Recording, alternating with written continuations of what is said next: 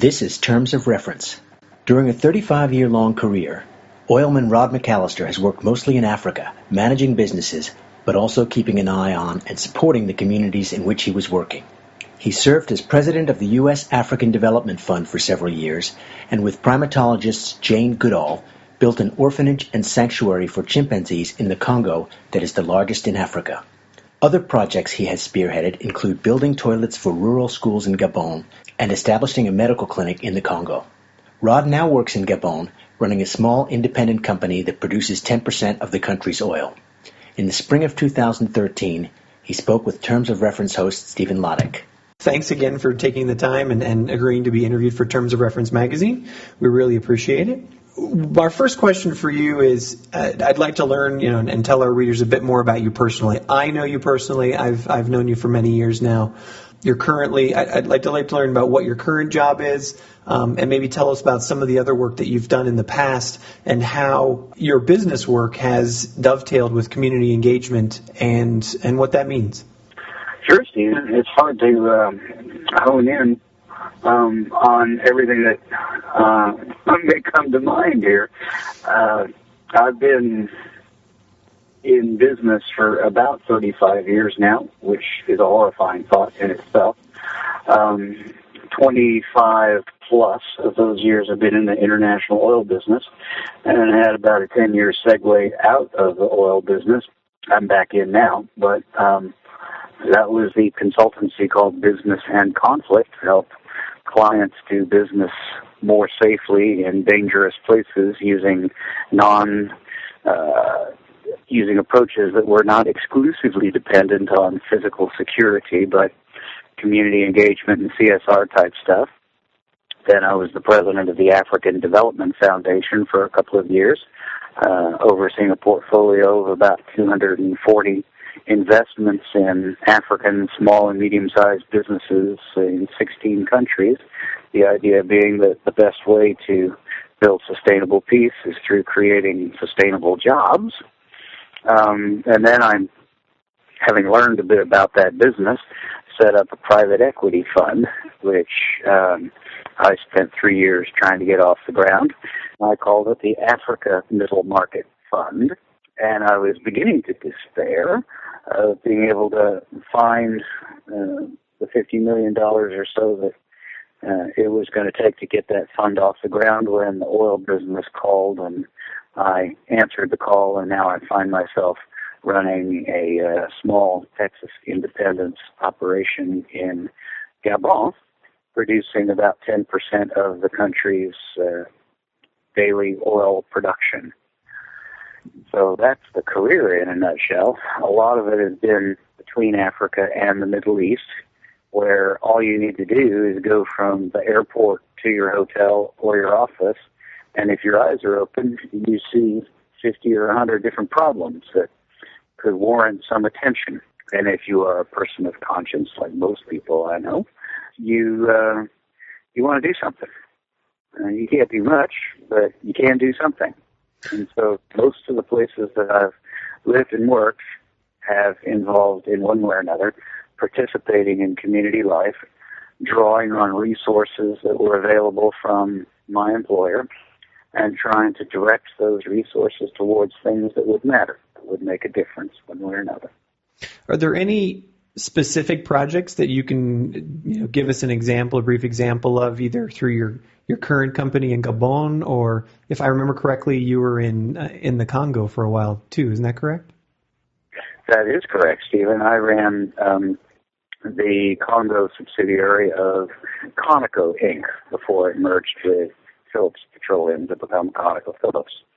And there were two things about that work there that were interesting. One was, by virtue of absence of doctors, we had a significant challenge with both national and expatriate employees looking after their health. So we ended up hiring a French bush doctor, setting him up in a clinic, and by the time the thing was made economical and efficient, we were providing health care for 7 or 8 different companies and some 700, 800 different people, all in all.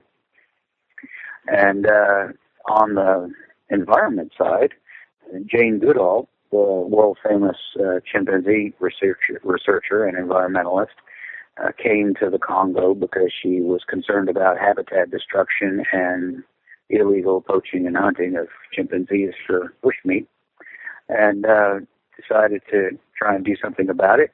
We forged a relationship, and to cut a very long story short, we decided to help her by building a protected sanctuary, orphanage, for orphaned chimpanzees who could not be released back into the wild but had been captured, and provide a natural enough living environment for them. That project was designed for 25 chimps, which was the sum total plus a couple extra of the chimps in the Point Noir, Brazzaville, and Kinshasa zoos. And it's been featured in National Geographic. It has grown to the largest primate sanctuary in Africa, with about 150 chimps in the place now. Lest you think that's impressive, that's not a good thing. That is data that the problem persists and has not been solved. So at the Congo and in Gabon, we got an interesting challenge on our hands because it's a wealthy country by African standards. We have the second highest GDP per capita in Africa, tied with Libya, actually. The reason for that is lots of oil income, not that many inhabitants. And so they tend to be well off, quite proud, quite territorial in terms of village and ethnicity. And charity is basically an unknown and unpracticed concept there. Yet they've got sex trafficking of children. They've got all kinds of environmental risks and degradation. There are many, many problems. But it is quite difficult to do something there that is, one, effective, and two, appreciated. And we're still in the hunt for the right kind of thing to do there. The main thing that we have done, since my company has been producing oil for 10 years, not very glamorous, but that is build latrines in rural schools. Now, why latrines? It turns out that for every year that girls stay in school, all other development factors correlate to that one and improve. Why do girls drop out of school? Because when they reach puberty and there's no place to relieve themselves, they would rather not come to school than deal with that. So we have been building latrines as a high leverage factor in the overall country's development, if you can connect those dots. Absolutely. That's fascinating. Can you tell me, was the latrine project, was that ongoing before you entered the company, or do you have a sense of how that data point was recognized within the company? Like many good things, Stephen, it happened much more by accident than design. We operate in the southern part of the country, offshore, near a small town that has an airport that we use for crew changes. And those, the people in that town, Mayumba, asked us if we would help with a local school. And, you look for something that's doable and is not going to tie you up in knots forever. So building a latrine for the school was a fairly simple, not expensive, in-and-out project. So we did that, and everybody was very happy. So other schools heard about it, and they wanted theirs too. Before you knew it, one thing led to another, and we were in a virtual program of latrine building around an ever-widening circle of schools emanating from that area. That's fascinating. That's something that I've witnessed myself in the country of Haiti, where a lot of the disaster relief projects were focused on providing water and sanitation and specifically latrine facilities, because it does have such a critical connection to not only child well-being, but also just whole family well-being. Let me ask you, so, sort of looking back on your time with Business in Conflict, with Conoco, with your time in Gabon, all of the travels that you've done, one of the things that Terms of Reference magazine's readers are interested in are those, the aha moments, the crazy stories, the stories about, the intricacies of living not in the United States or not in the Western world, basically. Are any of those stories that pop to mind? I'm thinking about the work with Jane Goodall. Is there any sort of, interesting, like you'd never know about this unless we were sitting around the campfire together kind of stories that you usually tell? Well, I do have one story that kind of illustrates the nature of the challenge, generally speaking, that one comes up against in continents like Africa, anyhow, where you want to do something and you set about a target, you target a problem, and then you basically realize that the neck bone is connected to the ankle bone. And by that I mean, I'll give you an example. The mayor of Point Noir came to me in about 1991, and he said, listen, the main streets in town have street lamps, but hardly any of them work. Could you please assist me with restoring light to the city at night, because that would improve everyone's safety greatly. And Conoco is a very safety-conscious company, so that resonated, and the benefit of improved safety through lighting is sort of an indiscriminate benefit. Everybody benefits. You can't just say one target population benefits over another. And so I said, sure, be happy to help you do that. Well, that's when you find out that in order to replace the streetlights, you need a truck with an arm on it and a bucket on the end of it so a guy can get up and change out the bulbs. And then you find out that that truck has been broken for several years, and that's probably the reason that the street lights, one by one, have gone out and never been replaced. So you then find out, well, what will it take to repair the truck? Well, it needs some parts. Where do the parts come from? They come from France. Okay, well, let's get them from France. Well, the factory that makes them is on strike right now, and nobody knows exactly when those parts can be available.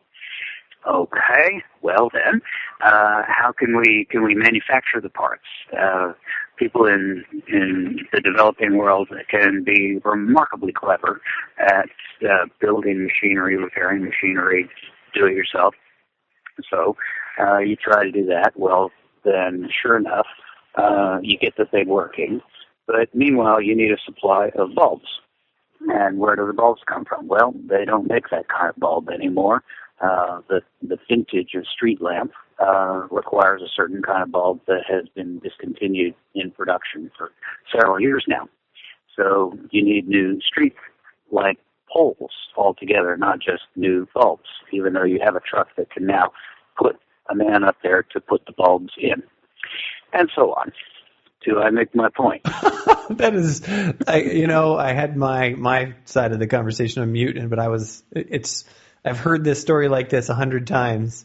And I love your description about the neck bone's connected to the ankle bone for sure. That's a fantastic story.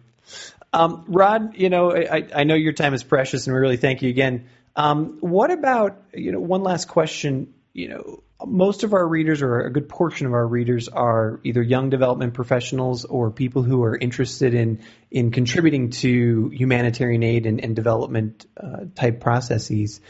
Do you have any advice for someone who is looking to, live overseas or get into this business about, what you would look for or how you would go about that? Well, yes, probably do. I guess what working either in this space or sort of tangentially related to it, what it's taught me is things are not nearly as simple as they seem. And two, the people that you serve may not be grateful for your service. They may, in fact, resent that you've come to serve them because they don't believe that they need to be fixed by people like you. So you have to be able to do it for satisfaction and not gratitude. And third, the whole development model, which seems to always be in question, deserves to remain in question versus the investment and economic model. And So I think that should, be a factor in everybody's consideration. And yet, there are so many problems, so much that needs to get done, that most people who feel a calling in this type should not just romance about it and dream about it, but go get on an airplane, go set up in some place where they can at least speak the language and get started initially and get a good taste of life at it before attempting to make a difference in anybody else's life. Fantastic. Thanks so much for sharing your insights. I appreciate it.